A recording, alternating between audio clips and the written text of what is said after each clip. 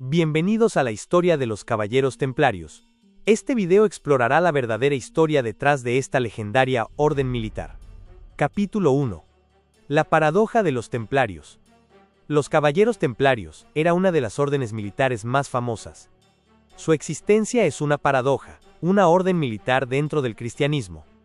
Eran comunes en la época de las cruzadas, había caballeros templarios, hospitalarios, teutónicos, etc. Pero los templarios se hicieron más famosos.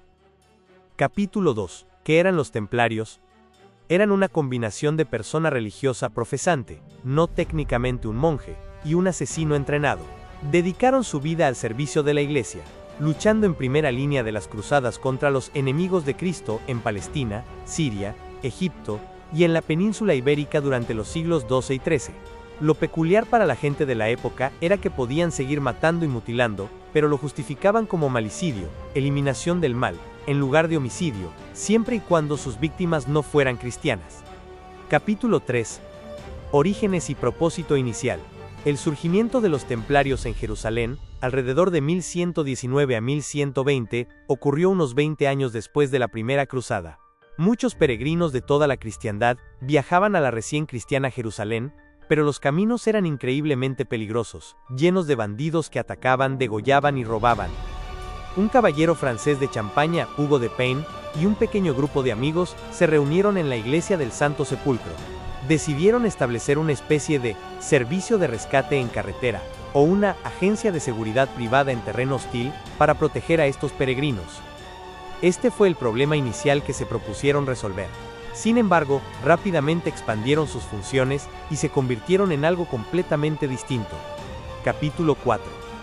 El ascenso a la potencia global de los templarios. El nuevo mundo de las cruzadas permitió que estas organizaciones prosperaran, asumiendo un carácter casi gubernamental. Los templarios, al igual que los hospitalarios y teutónicos, se convirtieron en una orden militar internacional. Su poder y legitimidad no provenían del rey cristiano local, Balduino II, rey de Jerusalén, les dio aprobación y sede, sino de su relación directa con el Papa a través de bulas papales. Esto les otorgaba privilegios extraordinarios. Solo respondían ante el Papa, estaban exentos de muchos impuestos y de la autoridad de obispos o arzobispos locales. Podían poseer propiedades y ejercer jurisdicciones sin rendir cuentas a reyes o señores. Eran, en términos modernos, una organización global, comparable a una gran multinacional actual que es más rica y poderosa que algunos estados, y que logra evadir la disciplina estatal. Capítulo 5. Riqueza y estructura de los caballeros. Los templarios operaron astutamente, consiguiendo patrocinio, aprobación y favor de familias poderosas en Francia e Inglaterra. Esto les permitió reclutar miembros, caballeros entrenados que querían luchar en Tierra Santa, y acumular enormes donaciones de dinero y tierras.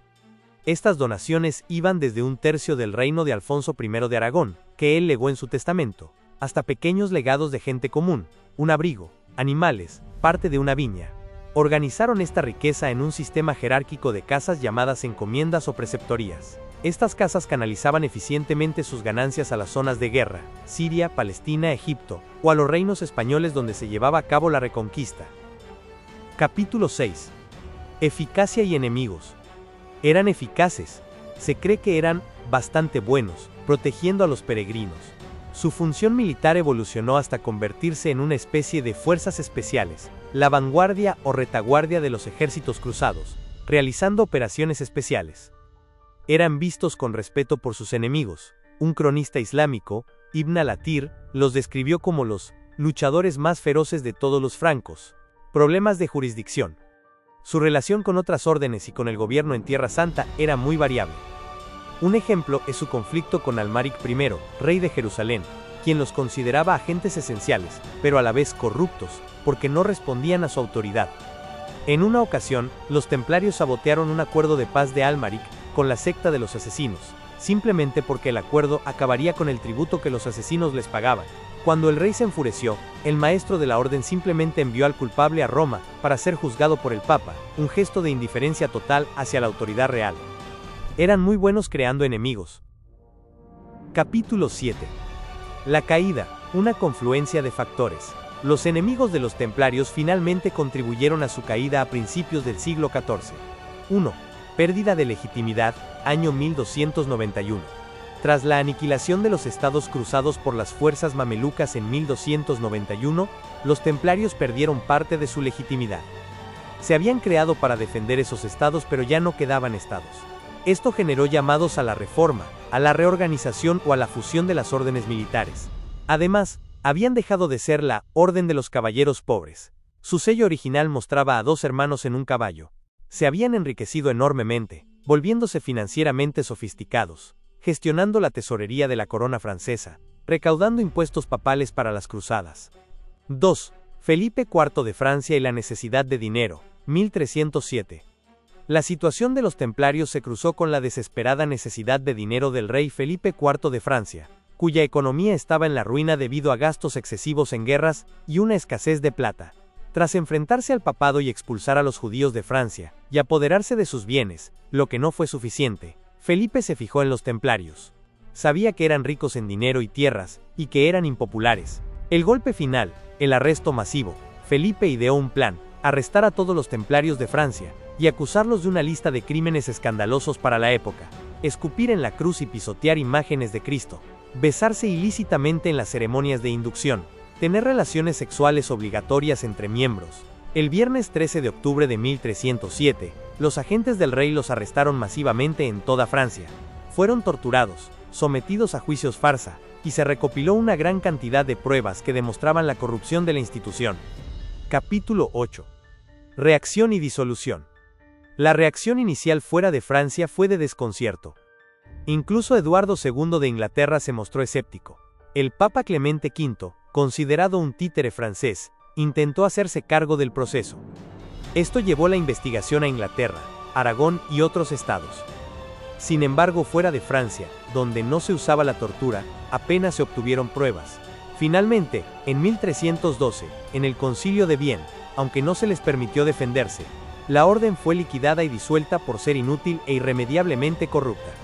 Resultado: el ataque fue fútil y trágico. Felipe IV no obtuvo el máximo beneficio.